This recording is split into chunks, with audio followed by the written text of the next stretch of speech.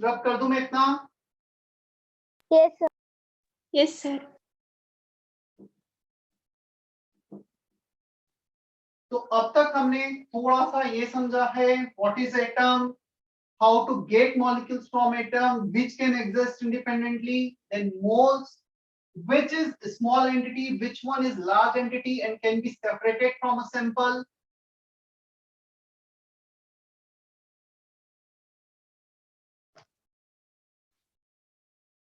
अब हम आते हैं क्लासिफिकेशन ऑफ मैटर। क्या ये हेडिंग हमने पहले की है कभी, classification of matter? No sir. Solid liquid gas classify नहीं किया है?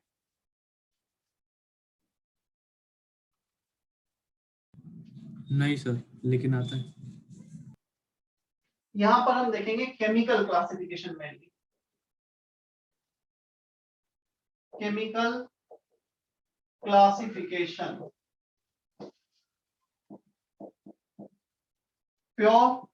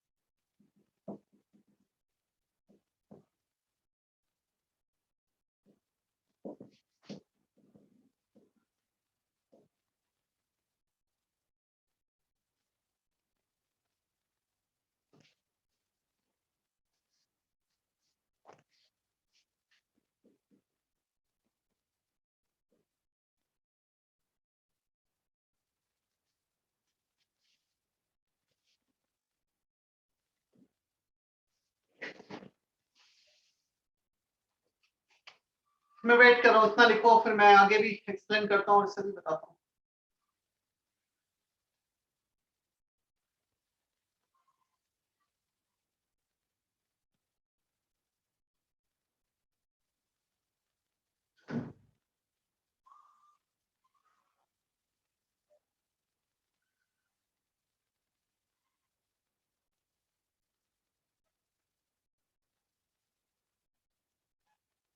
गीतेश, इशिता, अर्पिता, समझ में आ रहा है? Arpit, not Arpita. Yes sir. Yes sir.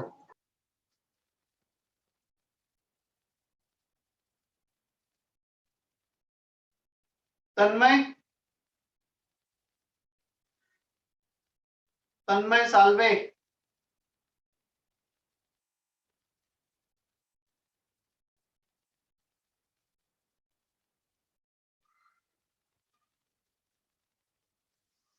Okay. Matter, chemical classification, mainly it is divided into two categories. First one pure, second one mixture. Pure in which ratio of atoms of substances are fixed, जो variate, यदि एक substance है तो 100% वही है, एक से ज्यादा सब्सटेंस है तो उनका रेशो फिक्स होगा। ठीक है, यहाँ पर रेशो चेंज किया जा सकता है, अपने पास ऑप्शन है, यहाँ पे ऑप्शन नहीं होगा। It is further divided into two part, elements and compounds में एग्जांपल पहले लिख देता हूँ। Compound CO2, C6H12O6, So carbon is to oxygen ratio is always 12:32. We don't have any option to change. ऐसा नहीं है कि नासिक में जो कार्बन डाइऑक्साइड है, मुंबई में जो कार्बन डाइऑक्साइड है, या पुणे में जो कार्बन डाइऑक्साइड है उसमें अलग अलग रेशो हो।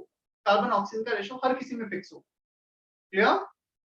हमारे पास ऑप्शन नहीं है इसे चेंज करने का। Carbon is to hydrogen is to oxygen ratio is always fixed. Mole ratio 6:12:6। Clear? Element की यदि हम बात करेंगे N2, O2, O3, only one type of atom is present. In this case, more than one type of atom is present in this case. Compound मतलब एक से ज्यादा type के एटम्स हैं, और एलिमेंट में एक ही टाइप के एटम्स होंगे। 100% नाइट्रोजन, 100% ऑक्सीजन, 100% ऑक्सीजन। क्या इतना क्लियर है? प्योर की कैटेगरी में क्यों है? क्योंकि हम यहाँ पर या तो 100% एक ही एटम है या अलग अलग एटम भी है, तो उनका percentage fix pure. Clear? Laranya, is that okay? Yes, sir. अब मिक्सचर पे आते हैं। मिक्सचर में सिंपल सा एग्जांपल, हमारे एटमॉस्फेयर में नाइट्रोजन है, कुछ पार्ट ऑक्सीजन है, कुछ पार्ट कार्बन डाइऑक्साइड है और कुछ छोटे मोटे दूसरे गैसेस।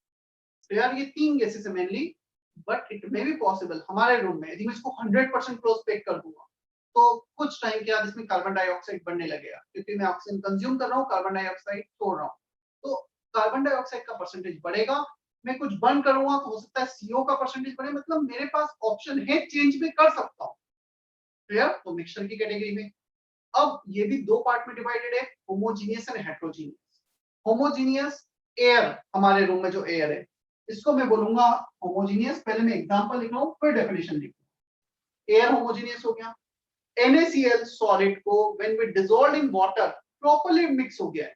यार दाल में मिलाया, दाल में प्रॉपर्ली मिक्स हो गया। मैं दाल को होमोजीनियस नहीं बोल रहा हूँ, बट हाँ उस वाटर प्लस NaCl सॉल्ट वो तो होमोजीनियस की कैटेगरी में आएगा। NaCl एक्वस सॉल्यूशन, ब्रैकेट में एक्वस लिखा है मतलब वाटर में NaCl। क्लियर? ये आ गए होमोजीनियस की कैटेगरी में। क्या फील कर पा रहे हो होमोजीनियस क्या होगा?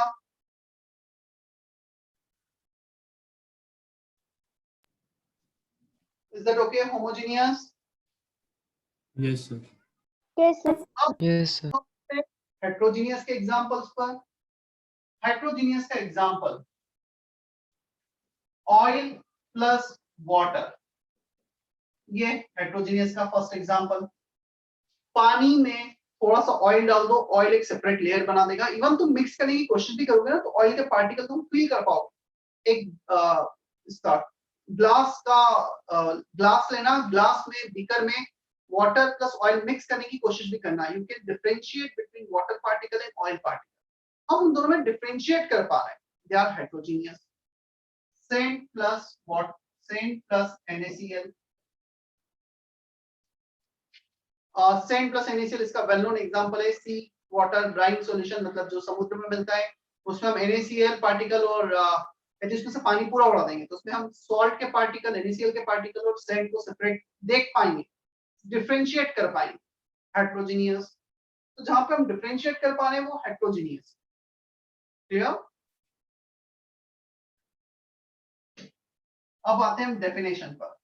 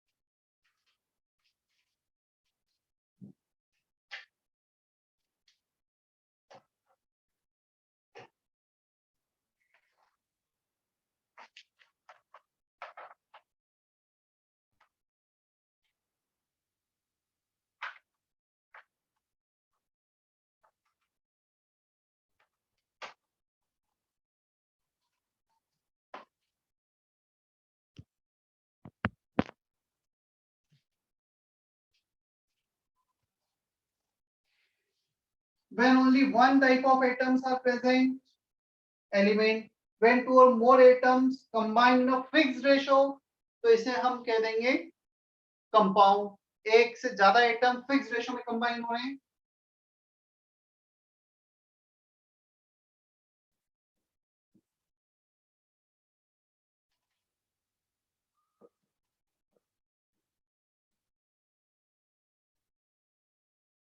यहाँ तक कॉपी कर लिया तो मैं रब कर देता हूँ, मुझे लिखने की जगह नहीं यहाँ पर। हो गया कितना copy? Yes, sir.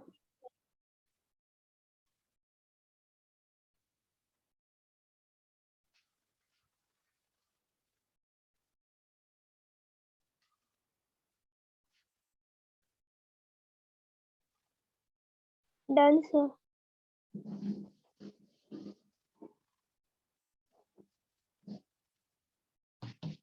When two or more element compound are present in one phase. One phase means uniformity is maintained. Uniform. So uniformity भी रहेगी हर जगह। एयर में यहाँ पर जो नाइट्रोजन ऑक्सीजन कार्बन डाइऑक्साइड का फ्रैक्शन है वो यहाँ पर भी। So यूनिफॉर्म है, यूनिफॉर्मिटी इज एवरीवेयर। हम डिफरेंशिएट नहीं कर पा रहे हैं। इसका डेफिनेशन लिखना है when two or more elements compounds are present in, यहाँ पे in phase, in one phase कर लो वो बेटर है, इन वन फेज। और यहाँ पे कर लेना इन two or more than two phase, सिर्फ इतना चेंज करना है यहाँ पर, in two or more than two phase, non uniform. Heterogeneous same definition, in two or more than two phase, इतना कर लेना सिर्फ।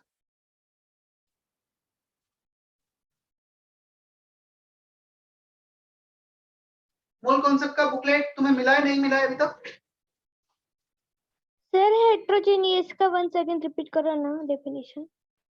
When two or more elements slash compound are present in, यहाँ तक definition as it is, in two or more phase, two or more phase, uniform Okay, की जगह non uniform, सिर्फ one की जगह टू और मोर, यूनिफॉर्म की जगह non uniform. Clear? Sanika, Yes, sir. Sanjana, Shubham, तुम्हें ये मिला है, नहीं मिला है मोल कॉन्सेप्ट बुकलेट? मिला है सर। ठीक है।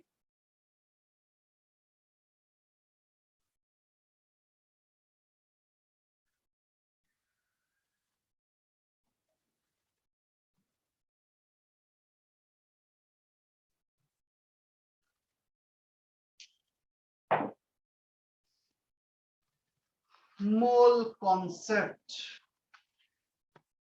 नीट का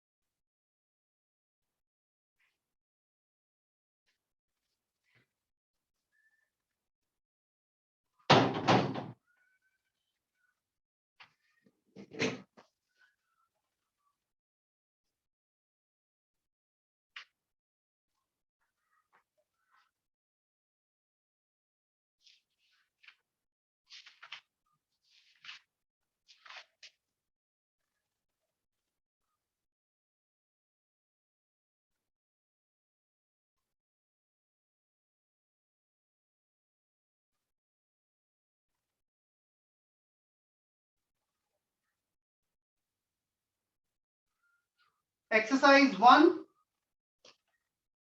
section A, question number 4, 5, 7, 8 मैं 1 AMU का डेफिनेशन और लिखा देता हूं पहले, सिर्फ उतना ही बचा है। चलो ठीक है, पहले क्वेश्चन करो फिर लिखेंगे। क्वेश्चन नंबर 4, 5, 7, 8 कितने के बच्चों के पास बुकलेट नहीं है अभी? हैंड रेज करो, मतलब जिन्हें कलेक्ट नहीं किया, नहीं मिला है। आई थिंक पैकेट 1 में होगा ना? किसमें था? Yes, sir. चलो फिर तो सभी के पास होगा, जिसने पैकेट 1 ही कलेक्ट नहीं किया है सिर्फ उनके पास नहीं होगा।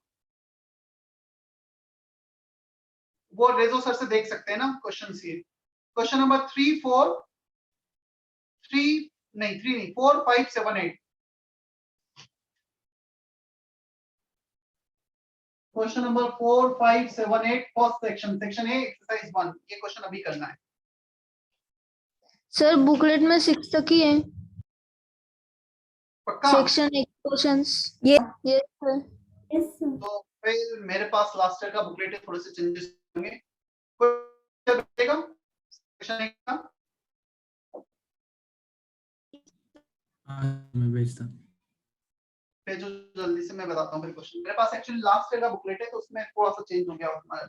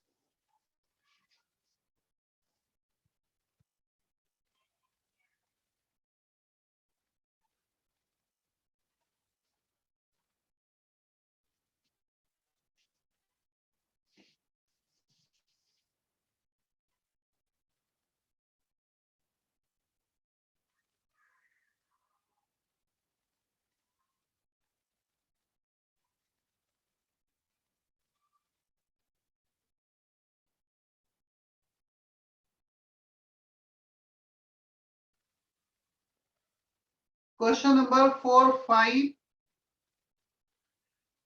एक minute.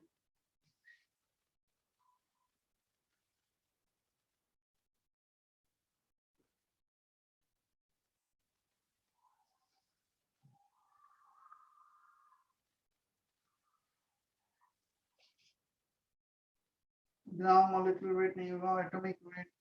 Question number 4 and question number 6 दो ही क्वेश्चन कर पाओगे तुम अभी इसमें से। Question number 4 and question number 6 exercise 1 section A.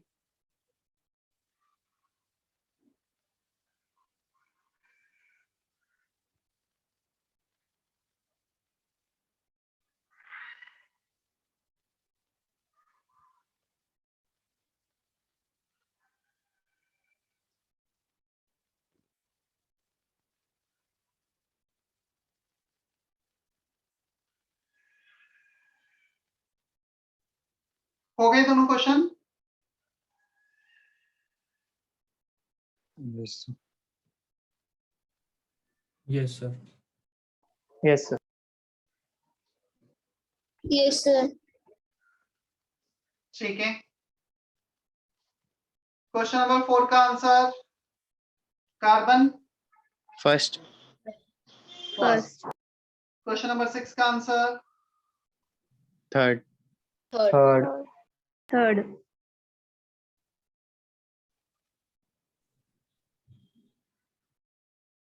और वैसे वो और भी अभी आगे आएगा, ग्राम मॉलिक्यूलर मास वगैरह भी। ठीक है, अभी वो इसमें थोड़ा सा चेंजेस हुए हैं, तो अभी हमने जो किया उसके बेसिस पर तो क्वेश्चन बहुत ज्यादा नहीं है, थोड़ा सा थ्योरी कंटेंट और करते हैं हम।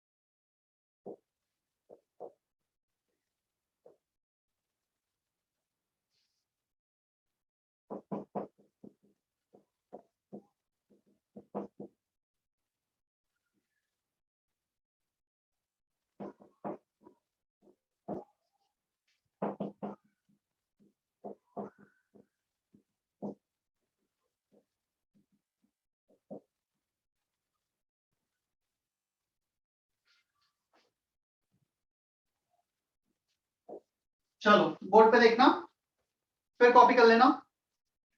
Atomic mass unit 1 mu, it is 1/12 mass of carbon 12 atom। Carbon 12 atom का यदि हम 12 से डिवाइड करेंगे सो ये आ जाएगा हमारे पास मास ऑफ 1 mu। अब क्वेश्चन होता है एक कार्बन 12 एटम का मास होगा कितना? 6 प्रोटॉन से एक कार्बन एटम में, 6 न्यूट्रॉन से, 6 इलेक्ट्रॉन से। तो सभी को ऐड कर दिया हमने, 6 times of mass of proton, 6 times of mass of neutron, 6 times of mass of electron. Electron का मास नेग्लिजिबल, बचा क्या? Protons and neutrons. क्या प्रोटॉन न्यूट्रॉन का मास ऑलमोस्ट इक्वल होता है? Yes sir. Yes, sir. तो 6 12, इसको भी मास ऑफ प्रोटॉन लिख दिया, 12 मास ऑफ प्रोटॉन, ये 12 कैंसल, ये आ गया हमारा मास of proton which is 1.67 10 to the power minus 24 ग्राम और 27 kg। सो हमारा 1 mu इतना आ जाएगा। डेफिनेशन वहां से है और एग्जैक्टली 1 mu होगा इतने ग्राम। तो 1 mu mass of proton both are same.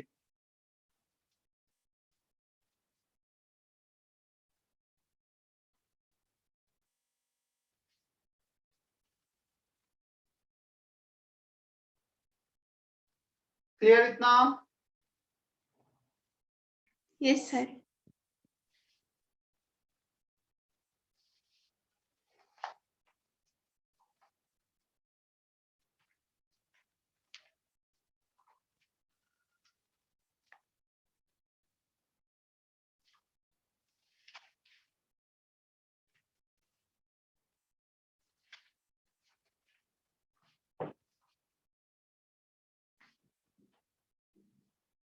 क्या हमने एटॉमिक नंबर और मास नंबर लिखे हैं 20 30 तक Yes, sir. दोनों बैच में?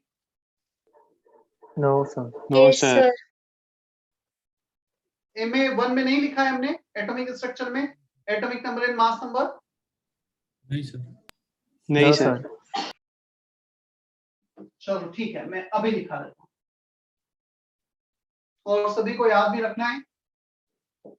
Hydrogen atomic number 1, mass number कुछ यहाँ पे आता है। एटॉमिक टर्म्स नहीं किया था क्या हमने MA 1 में? Atomic number, mass number, isotopes. Sir लिखा है। सर सिर्फ डेफिनेशन लिखा है उसका। देखिए सर डेफिनेशन। और ये नहीं लिखा था हाइड्रोजन, हीलियम, लिथियम, ऐसा पूरा नहीं बनाया था? नहीं सर, ऐसा नहीं नो बनाया। सर। तो अभी लिख लो, hydrogen, helium, lithium, beryllium, boron. जितना में एटॉमिक, ये एटॉमिक नंबर नीचे आता है, मास नंबर ऊपर। तो जितना ही मैं लिख रहा हूँ ना वो सारे एटॉमिक नंबर, मास नंबर तुम्हें भी याद रखने। Boron, carbon, nitrogen 7 atomic number, mass number is 14। Oxygen, fluorine, neon, sodium, magnesium, aluminium, silicon, phosphorus, sulphur, chlorine, organ,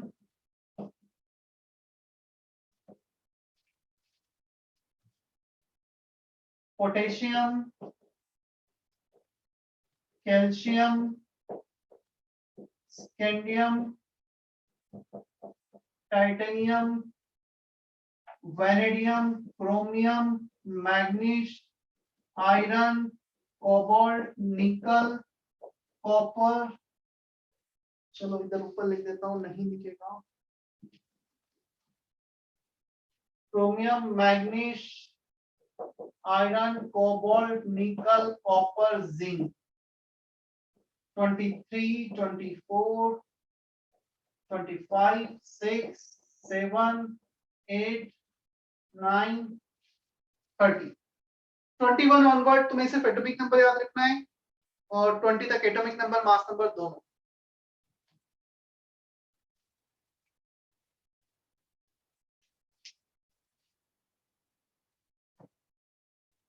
homework जो पुराना है, आज मैं कुछ नया ऐड नहीं कर रहा हूं।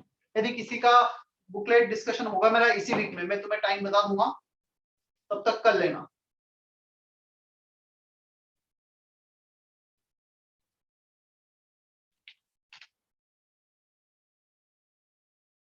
और आज का लेक्चर